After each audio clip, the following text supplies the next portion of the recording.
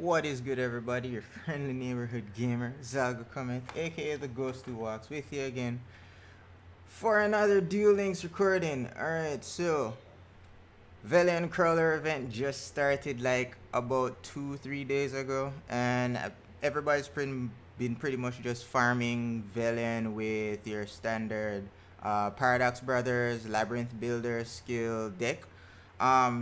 I came up with this idea to help out a friend because they don't have the Paradox Brothers. Well, let me not say they don't. They don't have the card from the Paradox Brothers Dimension Gate, if memory serves it's called, which is a key card for the deck, and I figured I'd try to help them out. So came up with this Cerb deck, as you can see from the title of the video and the card that's on the screen now. Just gonna do a quick run through of the deck list, kind of explain some of the card choices, and then get into a replay of one of the matches that we ran. Deck is not obviously 100% consistent, because no deck is 100% consistent, I guess, for the most part. But we got Mythical Beast Cerberus, obviously auto include for the deck. We have 3 Shards of Greed in the deck. That's for your draw cycle and to help buff up the Cerberus.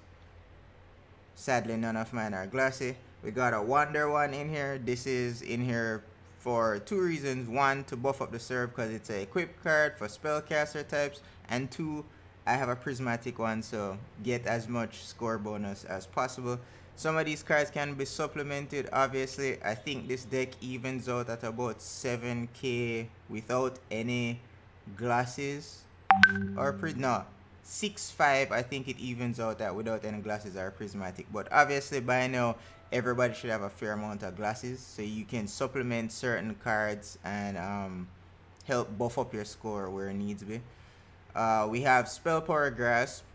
Sadly, not Glossy, but 3 of these in the deck as well, because 1, it helps to thin your deck because you get to pick one out of the deck whenever you play it, and 2, it helps to buff your Cerberus because you can put a spell counter on it, as well as it automatically gets a spell counter when you play the card.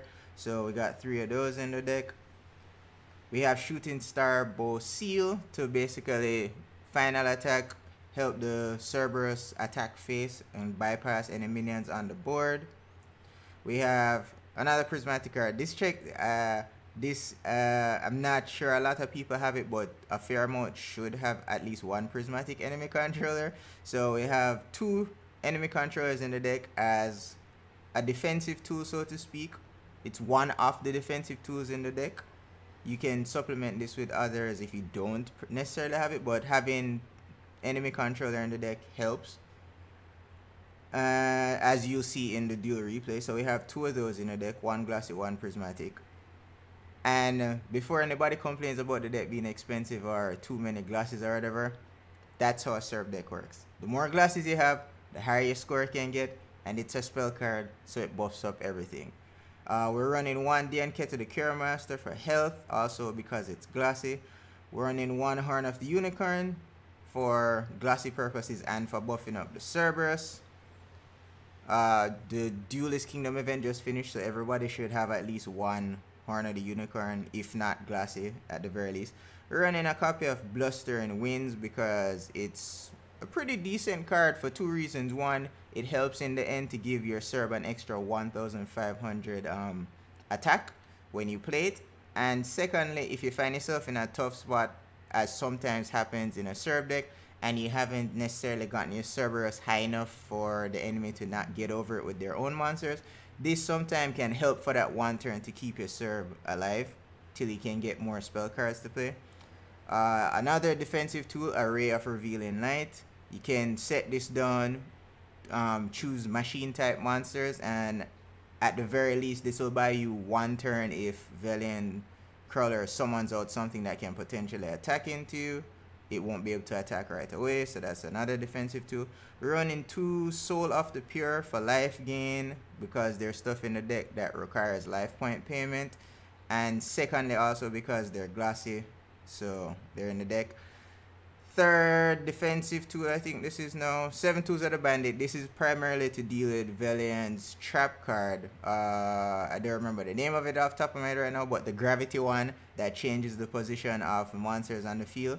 We're running 2 7 tools of the Bandit in the deck to deal with that. So this is where some of the RNG involved in the deck comes around, because if you don't draw it, then you're kind of screwed, but if you do draw it, then you're basically good. So we're running 2 of those, as well as you also have to pay life points to use it. And works calling me, so I gotta hurry this up. You gotta pay life points to use it, so that's a thing. It helps to drop your life points below Vellian, so you can get the bonus for that. And we're running, finally, Solemn Scolding. We just picked it up from the SR rewards for rank duels. Trying it out, it seems pretty good so far as a third defensive trap, basically to even things out, because I only had 2 7 tools of the Bandit. So essentially this can stop a lot of shenanigans that Vellian might be able to pull off at different times. So pay 3,000 life points, drops your life points below his as well, so you can use that. With that being said, I am going to try to hurry up and get this replay going so that you guys can see the duel and get my ass to work before my ass gets fired. So give me a sec. Fire. Oh yeah, and I also should mention that the drop skill used for this is Draw Sense Light, and it's basically able to be used on anyone that has the drop skill, so you can at least try to farm some skills using this deck. So we're gonna run this quickly, and that will be the end of that. Thank you all for watching. Please do enjoy and pay close attention to the cards being used and when they're used and the situations that they're being used. And that's gonna be it for me. Peace.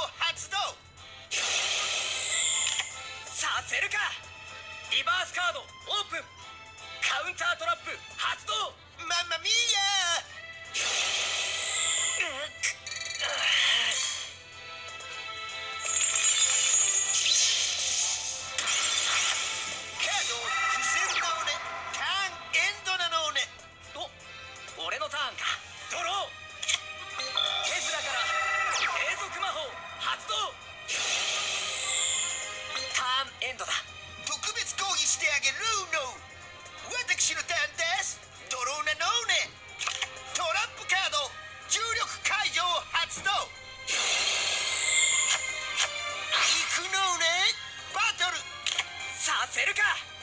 リバースカードだ。速攻魔法発動。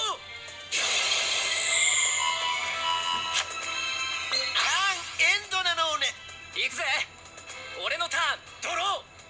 手札から魔法発動。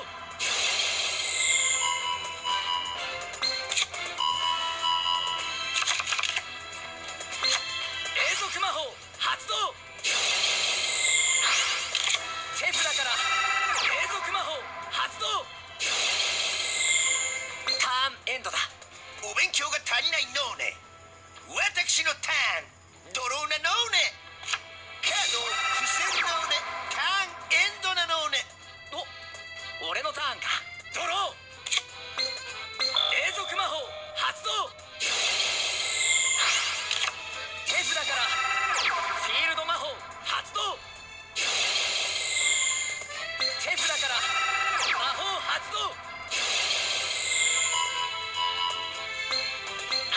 カードをセット。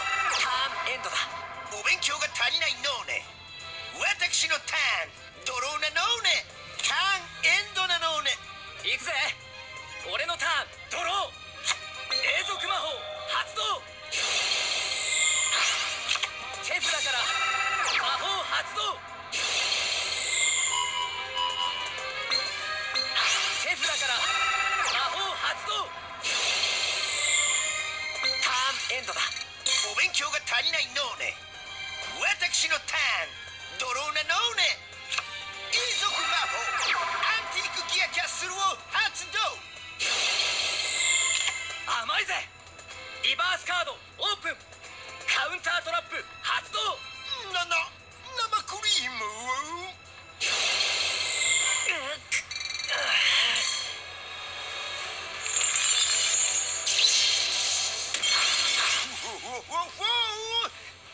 ターンを終了するのね。まだまだこれからだぜ。俺のターン信じてるぜ。ドロー。手札から装備魔法発動。手札から装備魔法発動。手札から魔法発動。手札から速攻魔法発動。手札から装備魔法発動。バトルだ。これで終わりだ。モンスターでダイレクトアタック。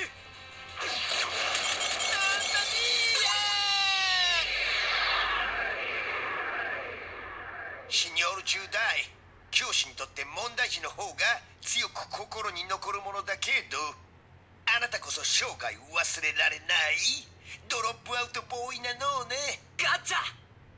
楽しいデュエルだったぜ先生。